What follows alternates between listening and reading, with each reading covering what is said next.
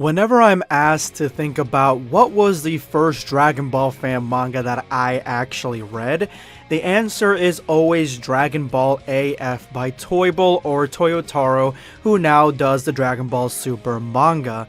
But when I'm asked the same question for Dragon Ball fan animations, the answer always is Dragon Ball Absalon by Melavelli.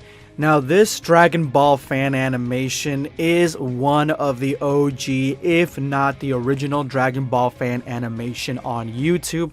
It really set the standard to what new Dragon Ball fan animations actually were, and it gives us an insight into what the world was like before Dragon Ball Super. Dragon Ball Absalon takes place right after Dragon Ball GT, right after Goku leaves with Shenron and everyone says goodbye. And so this whole theme, the exact time period, and just the vibe that Dragon Ball Absalon gives is exactly what the fanbase was thinking about when it came to Dragon Ball, at least renewed Dragon Ball, before Dragon Ball Super was a thing.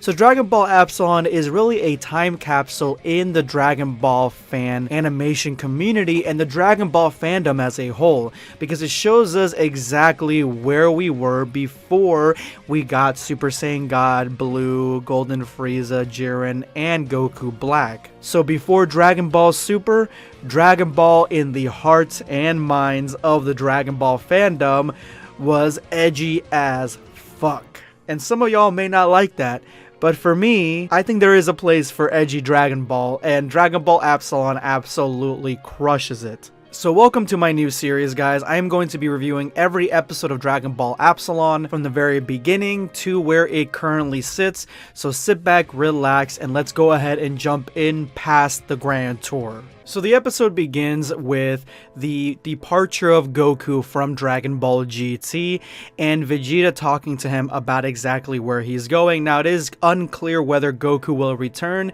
but of course these stories always bring Goku back. So Vegeta decides to leave as well. He makes his own capsule with Bulma and ends up leaving the planet. That way he can find new power out in the cosmos, which he eventually does. And that is where we jump into the Dragon Ball Absalon intro, which I just gotta say, the vibe that I get from the Dragon Ball Absalon intro is what I would have hoped the Dragon Ball GT, the American one, was. There's this relaxing, lofi style intro song that just fits so well to not only the theme of Dragon Ball Absalon and the feeling of Dragon Ball Absalon, but it's just extremely relaxing, and it's something that I would have loved to see as a kid when I was first watching GT.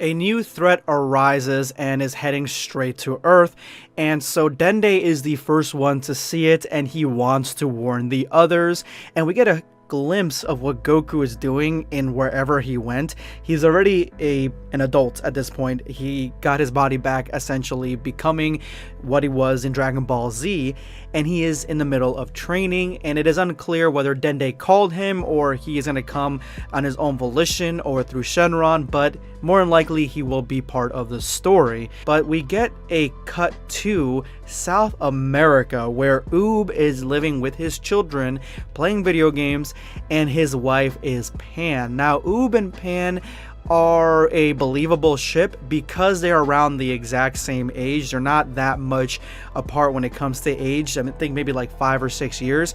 So it isn't too crazy to think that a 20-something Pan would be with a almost 30-something Oob if that's how much time had passed and they have children together at this point.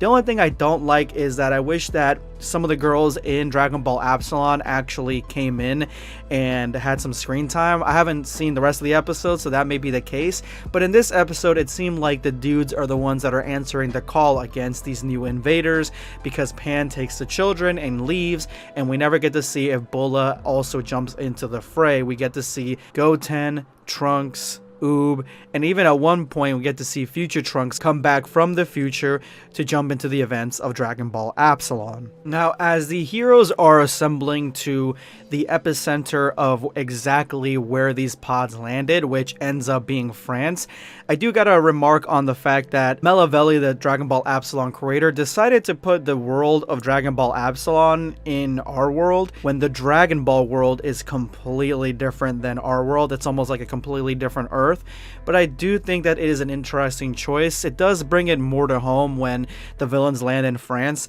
when you're training in the Himalayas. It does kind of ground it a little bit more in reality, but at the same time, it's not exactly the Dragon Ball world we know, so this could be an alternate universe after the events of Dragon Ball GT. So the villain that lands is very much that edgy style of old Dragon Ball fan art. He is very much looking like a villain straight up out of one of the Dragon Ball Z movies or one of the Dragon Ball Z video games, the ones that are non-canon, and I think his design looks pretty good.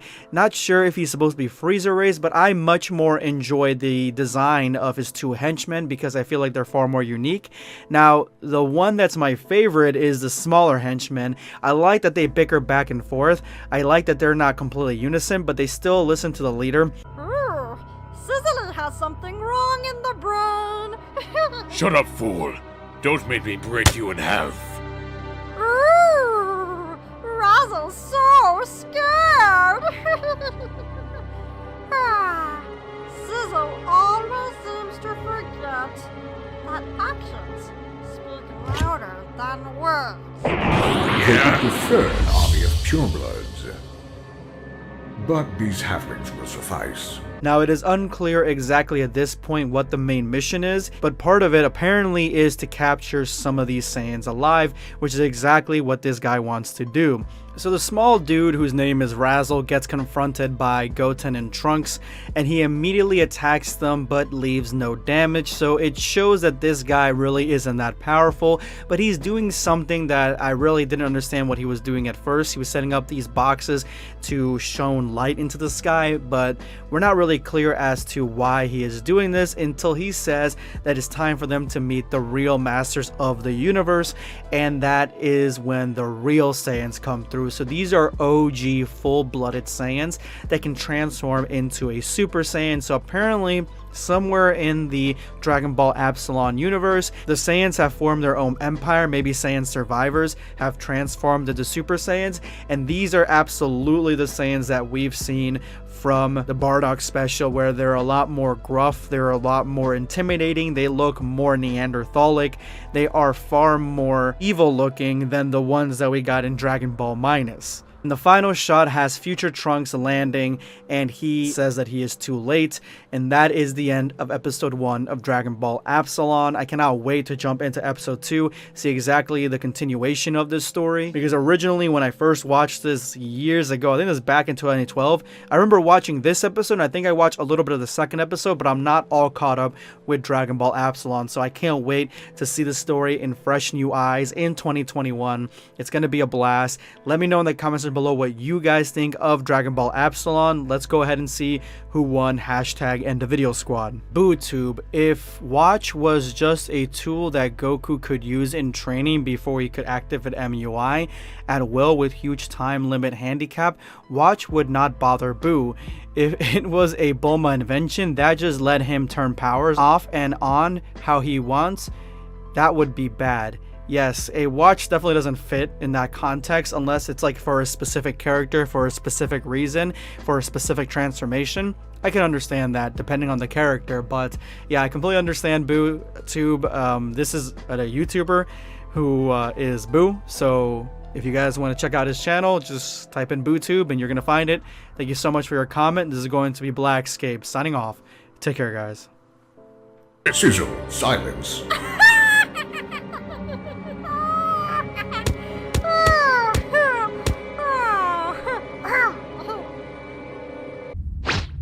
Subscribe for more content.